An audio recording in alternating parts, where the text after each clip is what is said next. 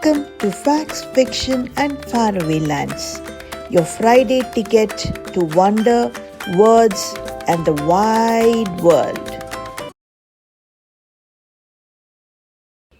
Oktoberfest, Germany's biggest festival of fun.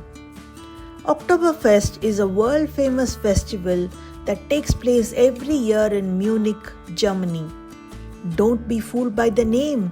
It actually starts in September and goes on until the first week of October. It's like one big party that lasts for more than 2 weeks. What happens there? People dress up in traditional clothes. Men wear short leather trousers with suspenders and women wear pretty dresses with aprons. There's music, dancing, parades and carnival rides. Long tents are set up where families and friends gather to enjoy food and cheer together. What do people eat? The food is just as exciting as the festival itself. Some favorites are big soft pretzels, juicy sausages, roast chicken, and of course, special festival drinks. Why is it special? Oktoberfest is not just about food and fun, it's also about togetherness. People from all over the world come to Munich during this time. Imagine millions of visitors enjoying music, laughter, and food together. The very first Oktoberfest was celebrated in 1810 to mark the wedding of a Bavarian prince. It was such a hit that people decided to celebrate it every year, and the tradition has continued for over 200 years. Long ago, in a quiet village in Madhya Pradesh, there lived a poor Brahmin named Vibhuti. He had 4 children and a kind wife. Every day, he performed small rituals, read prayers, and blessed villagers in exchange for food or a few coins. But no matter how hard he worked, poverty clung to him like a shadow. There were days when his children went to bed hungry. At last, unable to bear the suffering of his family, Vibhuti went deep into the forest. There, beneath the shade of tall trees, he lit a small lamp and began to meditate upon Lord Shiva. Days passed. His body grew weak, but his devotion only grew stronger. Finally, one morning, a bright light appeared before him. Lord Shiva himself had come, smiling gently.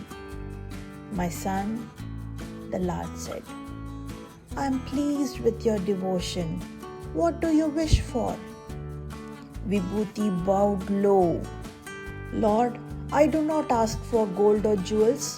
Please grant me something humbler, a pot that will always remain full of grain so that my children may never sleep hungry again." Shiva raised his hand in blessing. A clay pot appeared, glowing faintly. "This will never run empty," said the Lord. Overjoyed, Vibhuti set off for home. But on his way, night fell and he sought shelter at the house of a wealthy merchant. The merchant's eyes gleamed when he saw Vibhuti clutching the pot so protectively. That night, while Vibhuti slept, the merchant crept into the room and swapped the magical pot for an ordinary one. When Vibhuti reached home, he called his family. "Come, children, our troubles are over." But when he lifted the lid, the pot was empty. No grain, no magic. His wife looked at him in confusion, his children in disappointment. Vibhuti's heart sank. Broken, he returned to the forest and prayed again. Lord Shiva appeared and revealed the truth. Smiling kindly, he gave Vibhuti a second pot. "This time," he said, "let the thief learn a lesson." Again Vibhuti set off for home, and again he stayed at the merchant's house. Greedy and foolish, the merchant stole the pot once more. But when he opened it, instead of grain, hundreds of scorpions crawled out. They stung him until he cried out in pain. "Forgive me! Forgive me!" he begged, rushing to return the pot to Vibhuti. Only then did the scorpions vanish. With the real pot of grain safely home, Vibhuti's family began to prosper.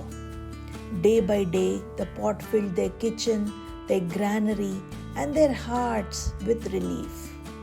From then on, Vibhuti's family lived in peace. They set up a shop which thrived, their children laughed, and their home was filled with abundance. And every evening, Vibhuti folded his hands with gratitude, remembering that these blessings were nothing but the God's gift. This week, we travel to France. The capital of France is Paris. Here's the world map with France marked out for you. This episode's special is food, French food. French food is a feast for the senses.